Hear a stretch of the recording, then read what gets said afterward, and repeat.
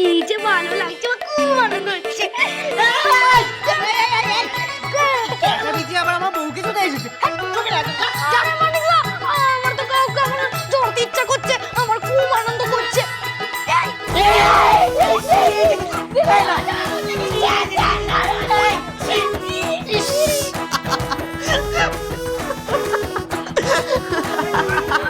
কি ব্যাপার, দাদার ঘর থেকে হাসির আওয়াজ আসছে মনে হচ্ছে।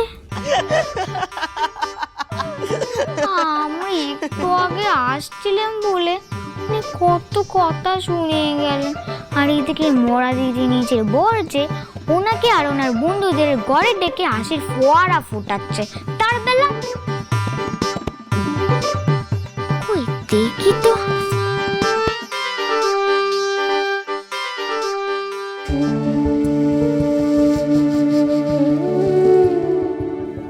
মা, বৌমার কাজকর্মের কি হবে মা? মেয়েটা বেঁচে থাকতেই তার কোনো দাম দিলেন না বড় বৌমা।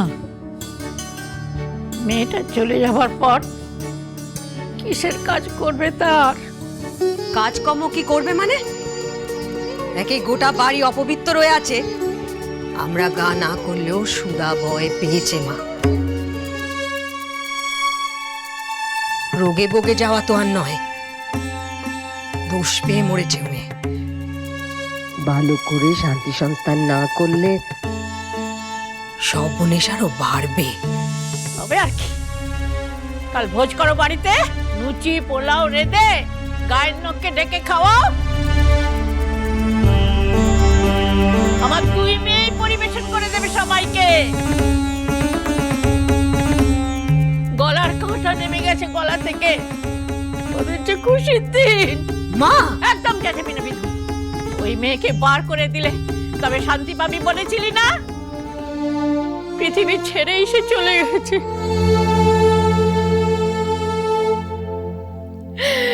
তোদের আর কোনো ঝামেলা পোহাতে হবে নে, তাকে নে বাড়ি কি শুদ্ধি করবি রে? সে পাপে গলা অব্দি ডুবে আছিস, কোনো শান্তি সংস্থানে সেই পাপ থেকে তোদের মুক্তি নাই। বাহ, যেই মরে গেছে উনি সব দোষ আমাদের ঘাড়ে চাপাচ্ছ মা। দোষ চাপাচ্ছে মানে? কম অত্যাচার করেছিস মেয়েটার ওপর। এ বাড়িতে আসার পর থেকে একের পর এক শাস্তি দিয়ে গেছিস তাকে। আমি তারে নিয়ম শিখিয়েছি মা, এই মুকুট বাড়ির আদব কায়দার সাথে যাতে সে মিলেমিশে যেতে পারে, সেই চেষ্টাই করেছি। আমি তার ইচ্ছে করে শাস্তি দেইনি মা, বরং শাস্তি দিয়েছ তুমি। ভুলে গেলে মা, তারে গোয়ালে থাকার শাস্তি কে দিয়েছিল? আমি না, তুমি। আগামী 7 দিন এবারে চৌকাট তুমি পেরোবে না, নাচবো। পাপ যদি হয়ে থাকে তাহলে সে পাপের সবচেয়ে বড় ভাগীদার তুমি নিজে। রাঙা ঠাকুরজি, চুপ করো রাঙা ঠাকুরজি, তখন থেকে মুখে যা ইচ্ছে তাই বলে যাচ্ছ।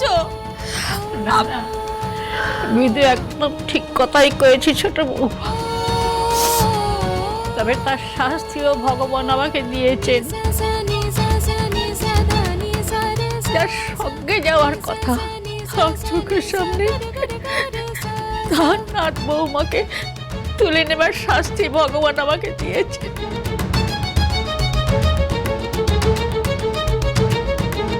পৃথ্বীরাজ, দেখুন ওরা সবাই কত মজা করছে, কত হাসাহাসি করছে, কিন্তু মা ঠাকুমারা বোধহয় এখন দুঃখ করছে। তা হয়তো করছে বউ। আমার না ওদের জন্য খুব মন খারাপ করছে। মন খারাপ করো না বউ। ওরা কোনোদিনও কোনো দোষ করেনি, তাও ওদের শাস্তি পেতে হচ্ছে, চোখের জল ফেলতে হচ্ছে। দোষীদের শাস্তি পেতে গেলে নির্দোষদের একটু চোখে জল ফেলতেই হয় বউ। এটাই যে যুদ্ধের নিয়ম। আর তুমি তো সত্যি সত্যি চলে যাওনি, এটা তো কয়েকটা দিনের ব্যাপার, তারপর তো সবাই সত্যিটা জেনেই যাবে। বউঠানের ঘরে তুই হিসেবে করেছিস, ওটা তুই পরিষ্কার করবি। আমার এই দুর্দিনে কি কেউই আমার সহায় হবে না? সবটা কি আমায় একা হাতেই সামলাতে হবে? এই ঠাকুর, তুমি কি এতটাই নির্দয়? কি রে কি? হ্যাঁ, কথায় কথায় এত নাটক করতে শুরু করে দিস কেন? নাটক নয় মানিকদা, নাটক নয়, দুঃখ। মনের ভিতরে কথাগুলো বেরিয়ে আসছে।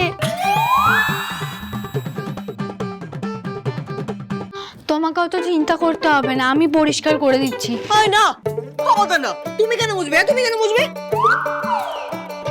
ঠাকুরপো তো আমার ভাইয়ের মতো, ও যদি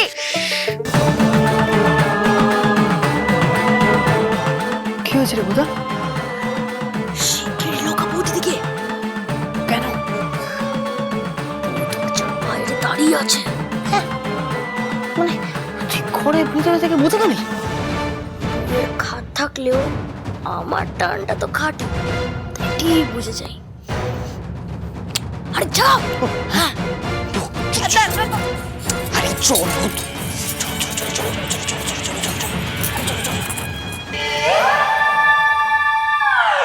কি ব্যাপার, হাসি থেমে গেল কেন? শুনি তো। দরজায় আড়ি না বেটে ভেতরে এসে যা বলার বলো। কি হলো, এসো।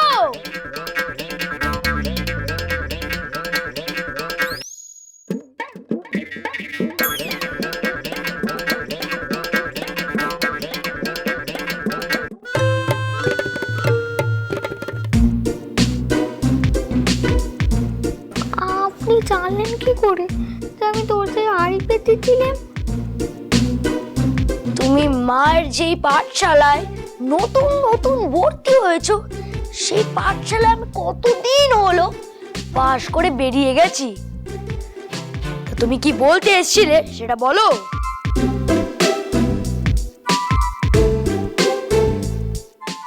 আপনারা তো এতক্ষণ হাসাহাসি করছিলেন, সেই শুনে তো আমি এলাম।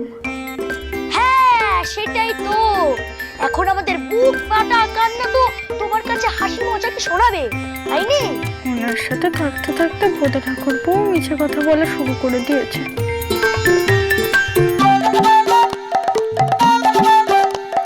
নিচে তো অত কানা জল পড়লে কি করে? ও জল নয়, কান্না বউ। আমাদের কান্নায় এই ঘরের মেঝে ভেসে যাচ্ছে।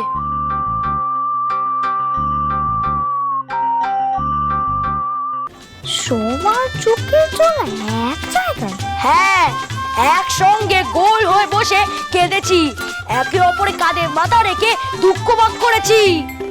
অসুবিধা আছে তোমার? না, আমার আর কি। বড্ড জিজ্ঞেস তো তোমার মনে।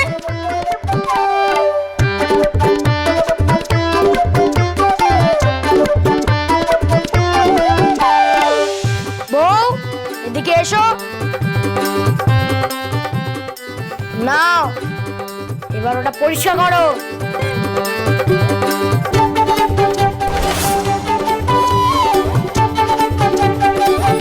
ভোদারা কি শয়তান রে, নিজে হিসি করে বৌমাকে মুছতে বলছে।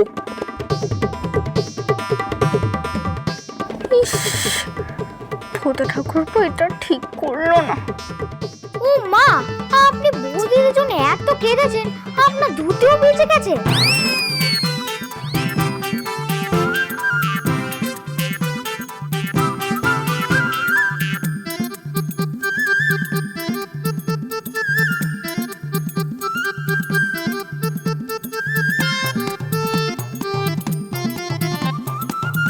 পারুল সব জেনে ফেললো নাকি?